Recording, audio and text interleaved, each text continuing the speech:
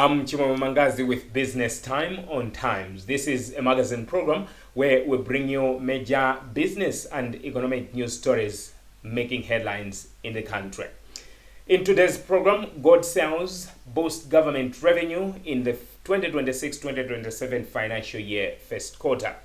Also in the program, Malawi Stock Exchange listed companies reporting season is here, and we find out performance of some of the counters in 2025. We have these and other stories. Stay tuned.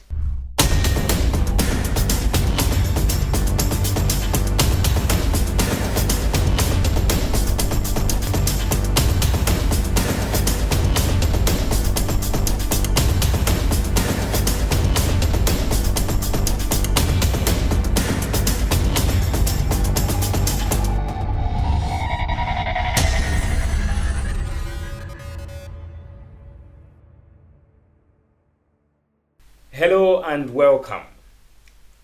The Malawi Revenue Authority collected 28.4 billion kwacha from mineral royalties in the first quarter of the 2026-2027 financial year, beating its target by over 4,000%. The revenue far surpasses the set target of 667.27 million kwacha for the quarter, with MRA attributing the performance to recent gold sales by the Reserve Bank of Malawi. Benedetta Chiwandamia reports. The revenue collected between April and June 2026 far surpassed the quarterly target of 667.27 million kwacha and accounted for about 3% of total tax revenue collected during the period. Speaking on the sidelines of a media training workshop for Blantyre-based journalists on Monday, MRA Head of Corporate Affairs, Wilma Chalulu, attributed the exceptional performance of mineral royalties mainly to recent gold sales by the Reserve Bank of Malawi. Chalulu said MRA is also implementing various initiatives to improve tax collection efficiency and appealed to the media to help raise public awareness about the importance of tax compliance. Yes, indeed, we've been having a series of engagements with the media. We had similar engagements in the north, in the eastern region, and today we're here in the southern region because we look at the media as our partner. And at MRA, we've got the mandate to collect tax revenues for various developmental projects in the country and social projects. So we have this big task. We can't do it on our own. We need to ensure that the citizens understand their obligations.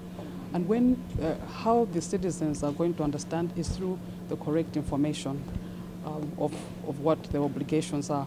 And the media are so important in disseminating this information because we know that you are the ones that can package the matters of taxation in a way that the public can understand. Therefore, we were meeting the media so that we can update the media on the various initiatives that MRA is undertaking. And then also, there have been some new tax measures which were recently announced and which are being implemented. So it's also very critical that the citizens understand what these new tax measures are and why they're so important to ensure that we collect the right revenues. And to support the revenue mobilization drive, MRA has got different initiatives, there are different projects. So we needed the media to understand what role they have to ensure that they disseminate this information. Yes, indeed, we have the first quarter, we have very performed well, and this is the reasons why some of the initiatives that came through, there were new tax measures that came through, there were also enforcement activities that took place, and then also it's also through efficiencies in the way we call the various systems that we have at MRA that have also contributed to this performance. Treasury spokesperson Williams Banda commended MRA's first quarter performance.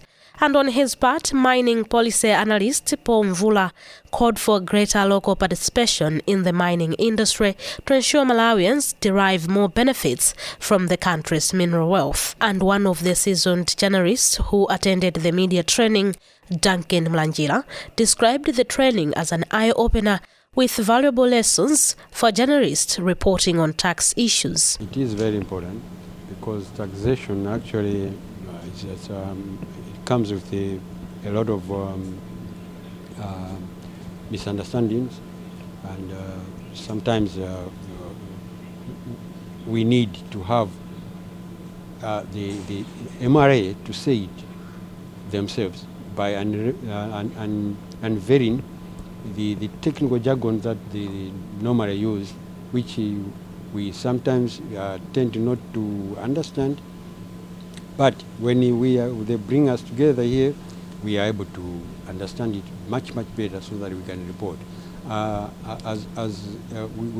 must also add that it is very important that the media can be viewed as very important in the process of nation building, just like MRI is doing, because we are partners on development. So this is very important, because what we get from here, we are able to amplify it to the nation out there, so that they can understand the importance of tax compliance, which is to do with it goes towards the development of this country.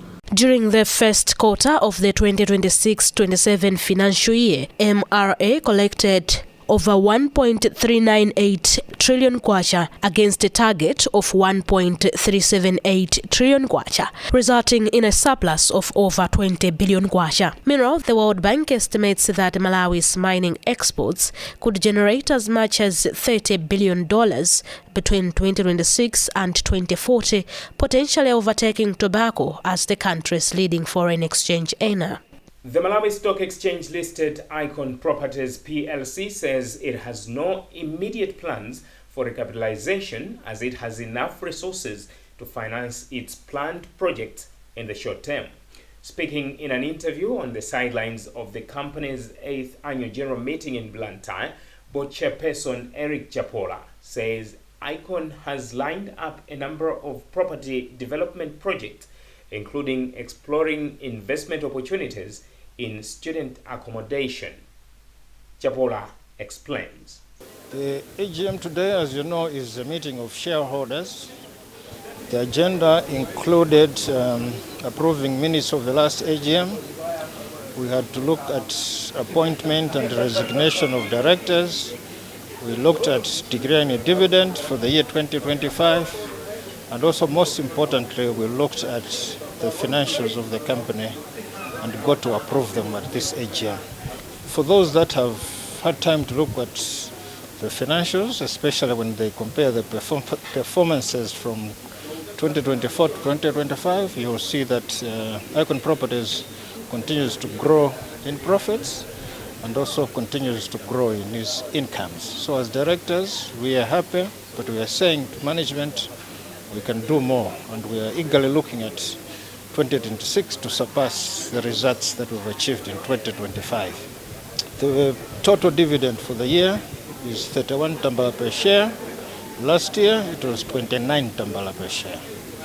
So you'll notice that Icon Properties has been consistent. We declare dividends every year, but shareholders need to understand that we are in the business of building properties, so that we have to balance what we give out to shareholders and what money we use for projects. So we have to strike that balance. But the fact that we've been consistent and we're paying dividends every year, it's a good gesture. Share capital is an issue from the shareholders, of course. As directors and management, we are looking at what we have in the pot now.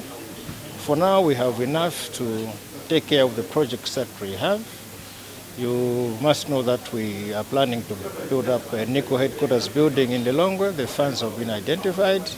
We are part of the Lilongwe Hotel by the Lilongwe Golf Club. Icon Properties has 20% shareholding in there. For now, we're not looking at raising new capital. We are doing with the income that we have.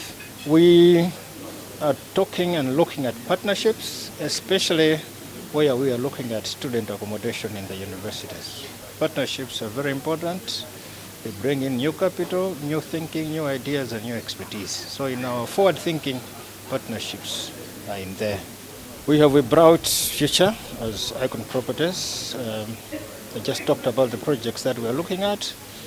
I cannot say too much, but at the Chichiri shopping mall next to it where Stagecoach was, we have plans already drawn there. We're going to put a building there. I'm sure in the next year or half, we'll see big structure there from Icon Properties Limited. And Minority Shareholders Association of Listed Companies General Secretary Frank Harawa commended the company for the performance. I think as shareholders of Icon, we are very happy that at least there's a declaration of dividend. This is the final one. There was an interim one and it's the final one. I think we're excited.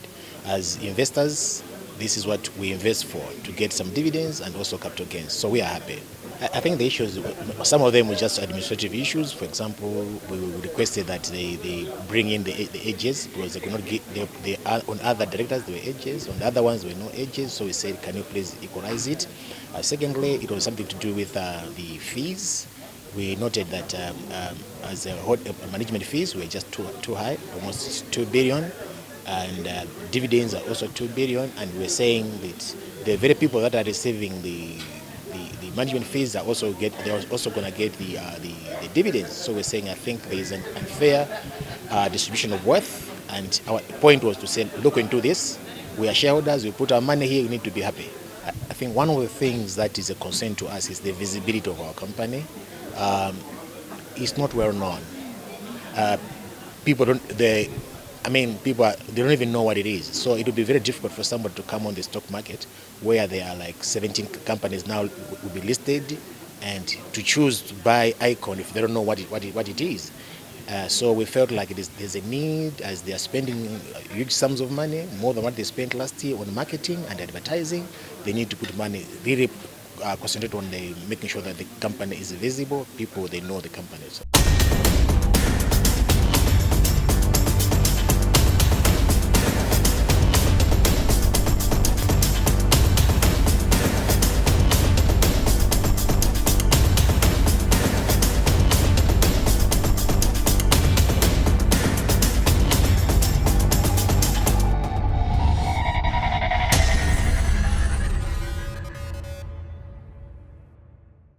NBS Bank has recorded its best financial performance in 2025, with shareholders set to receive more than double the dividends they got the previous year, the bank's board chairperson has said. This follows an annual general meeting the bank held in Blantyre recently. More in this report. NBS board chairperson Vizenge Kumwenda says 2025 was the best year for the bank in terms of performance. He adds that the bank's growth strategy is aligned with Malawi's Agenda 2063, stressing that NBS Bank will focus on expanding its services in agriculture, mining, tourism and manufacturing. What they have is an investment in the bank. So first and foremost, they're interested in the performance of the bank, whether it's going forward or not. And then after the performance of the bank, they're interested to find out how much are they getting paid as dividends. So when it comes to that, I think 2025 has been the best year ever for the shareholders. If you look at our performance in terms of profit after tax, it's over 140%. And in terms of dividends, they'll get over double of what they got in relation to the performance of 2024. So, with those two parameters, shareholders are very, very happy and have been very complimentary in their comments. But of course, apart from that, they are also interested in the future of the bank, both in terms of sustainability of what we've done and growth, but also other plans that we have to ensure that their investment is growing from strength to strength. In that regard, for instance, the shareholders were asking us as to our plans for regional growth, which we confirmed. We are looking at that. At the right time, we will communicate to them. They are also looking at, what are our growth areas going forward, and we will share with them that Malawi has the Agenda 2063, which deals with the aspirations of Malawians, and we align our growth plans in such a way that we should be part of fulfilling those aspirations, because in doing so, we are satisfying the needs of our customers. So we did indicate to them that the growth of this bank is in the growth in servicing the agriculture sector, we're servicing the mining sector, the tourism sector, and indeed the manufacturing sector. Minority Shareholders Association of Listed Companies General Secretary Frank Harawa hailed the bank's performance, describing 2025 as a good year for the company. The most challenging part on that is that there are uncertainties, and the stock market doesn't need that. So we know government has interest to restructure the debt, but it's supposed to be done quickly, or it's paid out quickly, so people should understand what it entails. Otherwise, they're leaving the market at a very awkward position. So, yes, debt restructuring, as shareholders, we're not excited about it, but I think the company and the management and other banks, they'll look into that and they know how they want to do the matter. I think on that one, the mining one, I think it's a good move. To me, if even they would just concentrate on the mining one, because it involves big investments in the country. There are so many large-scale mines that are coming to the country. Kangakude is one of them, but our call to them is to say, be very careful where you're putting the money of the company, because look, if we give money to the mining company, for example, what happened with Kerekera in the country, and then they left the country, if the bank had put their money there, it's going to be a very challenging position. So we are saying to them, be very careful where you put your money, do a good due diligence so that our monies are safe. Going into the region, at this juncture where we're talking about mining companies and so forth, it's not really important, because what we're looking for is the forex, which would be easily be generated from the mining company themselves. And I know they have done a lot on the mining side, and we would encourage them to do more of that. According to the bank's 2025 financial statements presented at the AGM, consolidated profit after tax more than doubled to 150.42 billion kwacha in 2025 from 72.99 billion kwacha recorded in 2024. National Bank of Malawi has declared a 92.41 billion kwacha final dividend in respect of the year ended December 31, 2025. The dividend was declared in Blantyre during the bank's annual general meeting. It comes from a profit after tax of 197.97 billion kwacha registered during the year, which represents a 95% growth. Business Time caught up with NBM board chairperson Grant Kabango, who is also commenting on the performance of the company's Tanzania-based subsidiary, Akiba Commercial Bank. We look at 95% growth in the income as quite remarkable, quite significant for the company.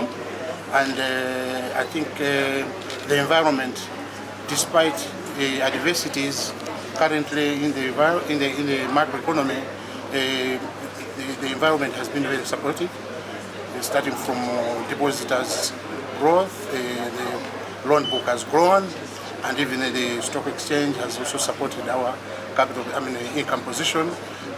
We look forward to even a better year in 2026, particularly as we program to expand even further, domestically as well as across the border.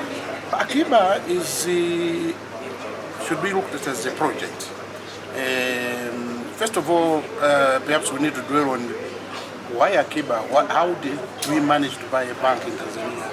There is no way we would have been able to afford an up and running bank.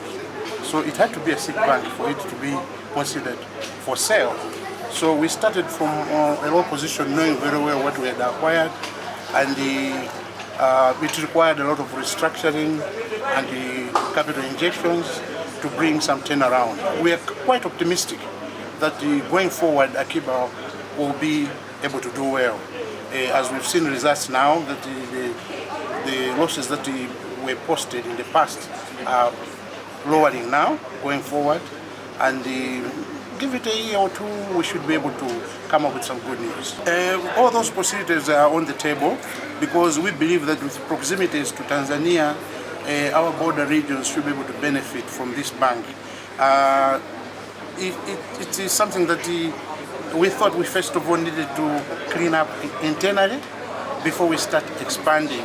And so all those suggestions that we've heard from our shareholders here are definitely on the table. We are likely to start with the northern region border districts and even extend internally. Who knows, we could even have an Akiba branch in Malawi going forward. Certainly, we could leverage on that kind of geopolitical setting to benefit from the Tanzanian economy, and therefore issues of foreign exchange could be slightly addressed going forward. Not much, but we believe that as Akiba posts a turnaround, issues of foreign exchange could also be addressed at the same time. Now that government borrowing is reducing, we are looking at alternatives, and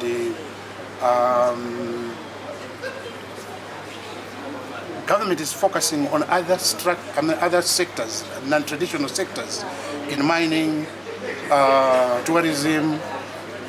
Very likely we could benefit from those kind of efforts, other than as was previously the case that we just relying on government borrowing.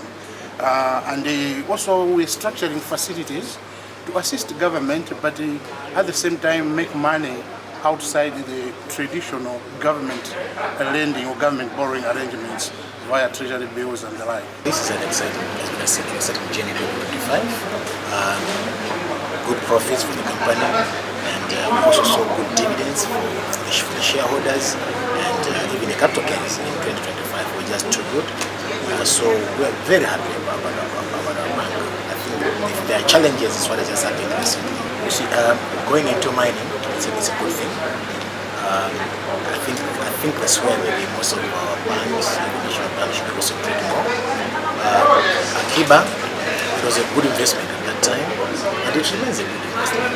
Only that as you know, it wasn't a good bank. It wasn't a profitable bank. It was a small bank. It was just a point of entry. So we are happy with the progress of Akiba. Yeah, the bank going into agriculture is a good thing as well. We invest for those reasons. We invest for dividends, we invest for capital gains. So I think everywhere where there is a share of the national bank, it smiles. Today we have approved the dividend, and it will be paid out very soon. We're just waiting for the date when they're going to pay it. Well, with that story, we've come to the end of today's edition of Business Time here on Times. This is a magazine program where we bring you major business and economic news stories making headlines in the country. On behalf of the entire production team, I'm Chimwemo Mangazi. But always remember, if it doesn't make money, it doesn't make sense. Bye for now.